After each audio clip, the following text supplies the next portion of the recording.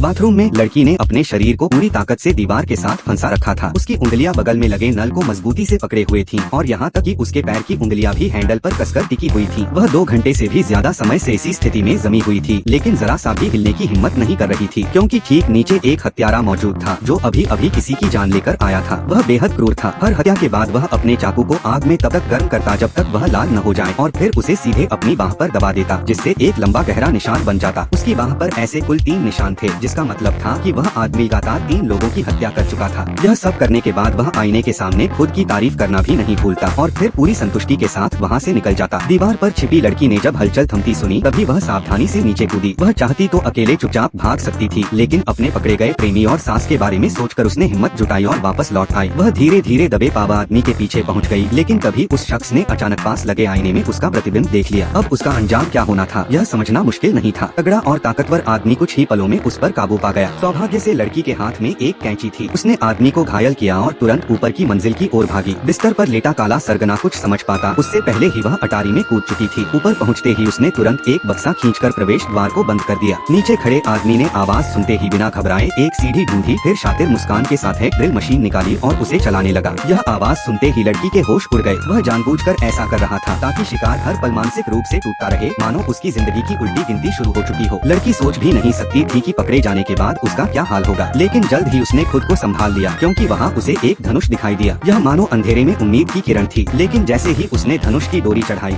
उसे पता चला कि उस पर तीर ही नहीं है। मानो किस्मत ने उसके साथ एक भयानक मजाक कर दिया हो। घबराहट में उसकी उंगली भी कट गई। लड़की की आंखों में आंसू आने लगे। उसी समय नीचे वाला आदमी कड़ी की पट्टी तोड़कर अंदर घुसने में कामयाब हो गया और अगले ही पल वह ऊपर चढ़ाया, लेकिन ऊपर आते ही उसे लड़की कहीं दिखाई नहीं दी। वह समझ गया कि वह कहीं छिपी हुई है, इसलिए उसने अपने पुराने हत्याकांडों की कहानियां सुनानी शुरू कर दी ताकि लड़की डरकर अपनी छिपने की जगह बता दे। लेकिन लड़की बेहद शांत रही, मानो उसने पहले से ही कोई योजना बना रखी हो। आदमी बोलते बोलते अपना ध्यान एक खास जगह पर ले गया और फिर बुरी मुस्कान के साथ उधर बढ़ने लगा, लेकिन उसे क्या पता था कि यह एक जाल था।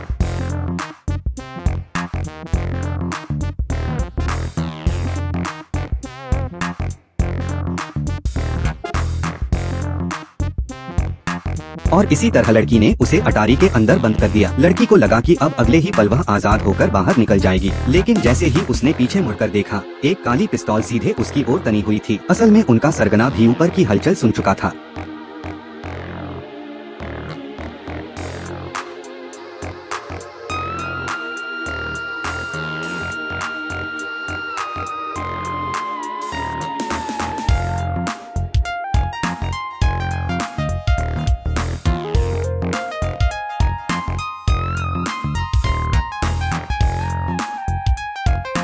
लेकिन अजीब बात यह थी कि उसने लड़की को तुरंत नहीं मारा, बल्कि उसने पूछा क्या उस आदमी ने फिर किसी को मार दिया। दरअसल उस आदमी के पिता और वह सरगना एक समय जंग के साथी रह चुके थे। एक लड़ाई में उसके साथी ने उसकी जान बचाई थी। मरते समय उसने सरगना से अपने बेटे का ख्याल रखने की गुजारिश की थी। इसके बाद उसने तुरंत उस आदमी को फोन किया। तभी उसे पता चला कि कमरे में अभी भी एक और व्यक्ति छिपा हुआ है। वे तुरंत कमरे में चारों तरफ तलाश करने लगे, क्योंकि लड़की ने उस आदमी का चेहरा साफ देख लिया था।